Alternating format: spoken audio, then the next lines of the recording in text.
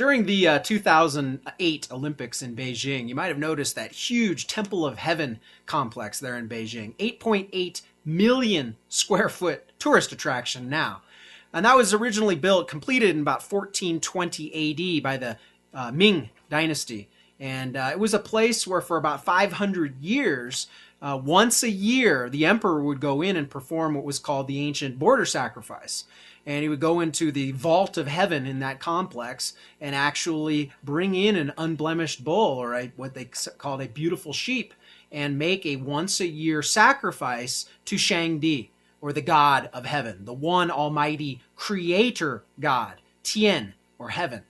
And it's phenomenal when you look at the history of the border sacrifice, and you look at the history of what the Holy Emperor would do once a year by going in to this vault of heaven within this complex. It dates back to 2000 BC, this border sacrifice, and then they ultimately built this incredible complex about 1420 AD, and they moved that border sacrifice to that location. And it wasn't until the Manchu Dynasty, which came to an end in about 1911, they have been performing this border sacrifice once a year for thousands of years.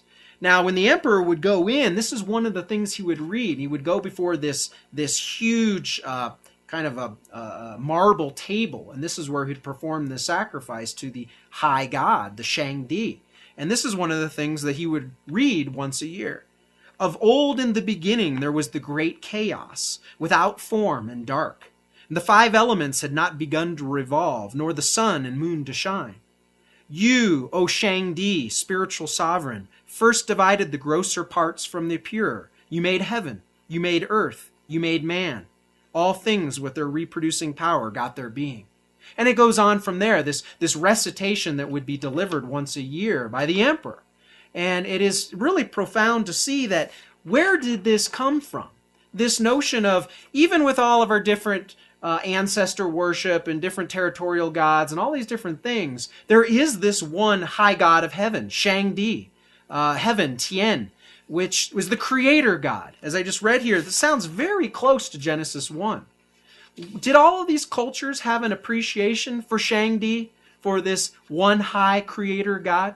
You know, it's interesting when you read in Scripture how many different cultures, they might have had pagan worship, they might have had territorial gods, they might have had all sorts of different systems of worship and sacrifice. But when it comes down to it, you can read that so many of these pagan cultures honored a one high god. Nebuchadnezzar of the Babylonians, or Artaxerxes of the Persians, Balaam of the Mesopotamians, or Pharaoh of the Egyptians. They would ultimately acknowledge this one high god. Abimelech of the Philistines.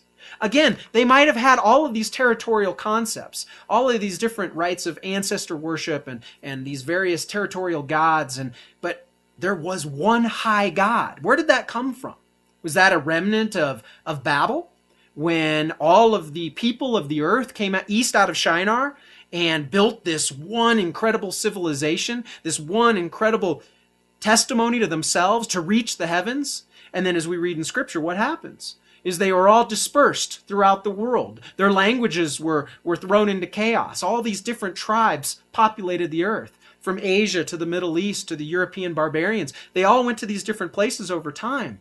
But there was this remnant, there was this concept, this one high god of heaven, ShangDi, as the Chinese called this one high god. An incredible study when you really look at it and you bring it all the way back to this point of about 24 to 2200 BC. Where did this notion of the one high, almighty, creator God of heaven come from?